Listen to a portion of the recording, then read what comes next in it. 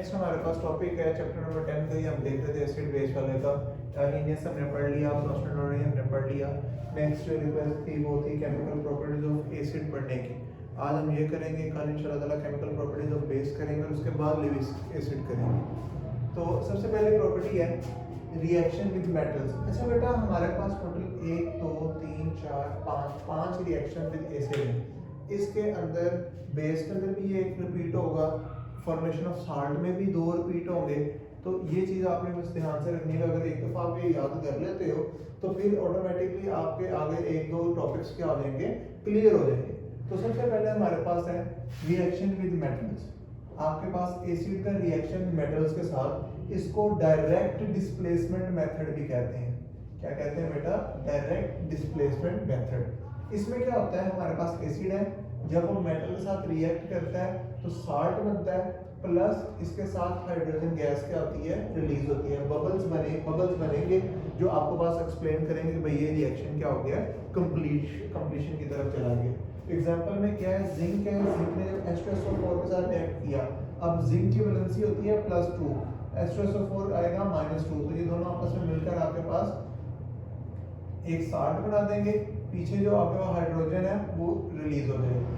इसी तरह एल्यूमिनियम आपके पास +3 शो करता है और इसके साथ 6HCl हम यूज करेंगे, क्योंकि 1 Cl -1 करेगा, 3 Cl कितने करेंगे बेटा आपके पास -3, और रिएक्शन को बैलेंस करने के लिए मैं 6HCl लगाऊंगा।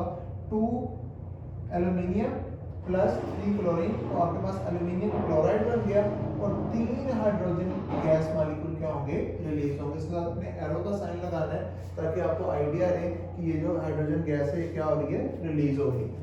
इसके बाद है रिएक्शन विद बेस। इसका दूसरा नाम है न्यूट्रलाइजेशन रिएक्शन। पहले का दूसरा नाम था डायरेक्ट डिस्प्लेसमेंट मेथड, इसका दूसरा नाम है न्यूट्रलाइजेशन रिएक्शन। अब बेटा इसके अंदर क्या होगा, एसिड को हमने बेस के साथ रिएक्ट करना है। हमारे पास एंड प्रोडक्ट क्या आएगी, साल्ट और वाटर।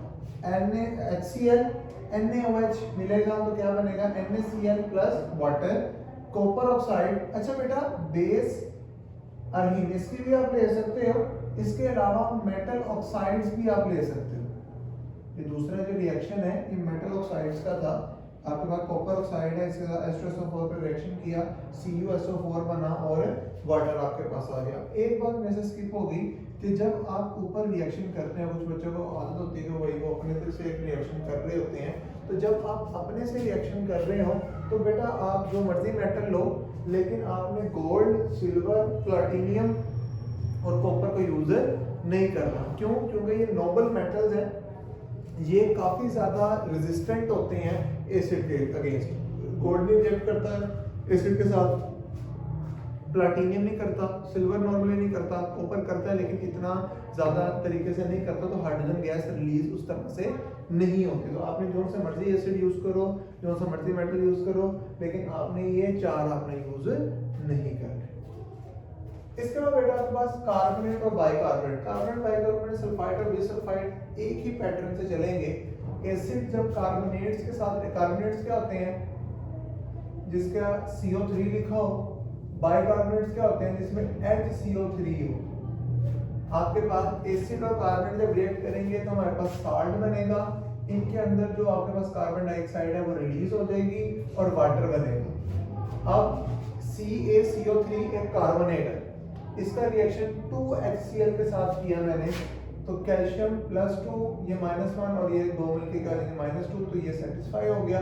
इसके दरमियान की कार्बन डाइऑक्साइड निकल गई, पीछे क्या बचा, कैल्शियम कट गया, कार्बन डाइऑक्साइड में से ये कट गया, सिर्फ पीछे एक O बचा, इसके 2 Cl कट गए, पीछे क्या बचा 2HO, ये क्या बना देगा H2O। इसी तरह बेटा अगर हम इसमें देखें तो हमारे पास कार्बन डाइऑक्साइड निकली तो पीछे O बचा, ये Cl और ये Na मिलकर क्या बना देगा, NaCl बना देगा। कार्बन डाइऑक्साइड पहले बन गई है, पीछे का बचा एक ये H, एक ये H, 2H और एक ये O बचा, तो क्या आपके पास आ गया H2O। तो सिंपल हमारे पास रिएक्शन क्या हुआ, जब कार्बोनेट और एसिड आपस में मिलते हैं साल्ट बनता है, कार्बन डाइऑक्साइड क्या होती है, रिलीज होती है और वाटर बनता है। ठीक है। इसके बाद सल्फाइड और बिसल्फाइड के साथ रिएक्शन, अगेन एसिड जब सल्फाइड, अच्छा बेटा एक होता है सल्फाइड, एक होता है सल्फेट और एक होता है सल्फाइड। ये तीनों अलग अलग चीजें हैं।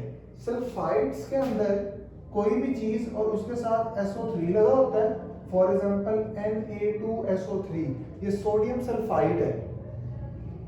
Na2SO4 ये सोडियम सल्फेट है।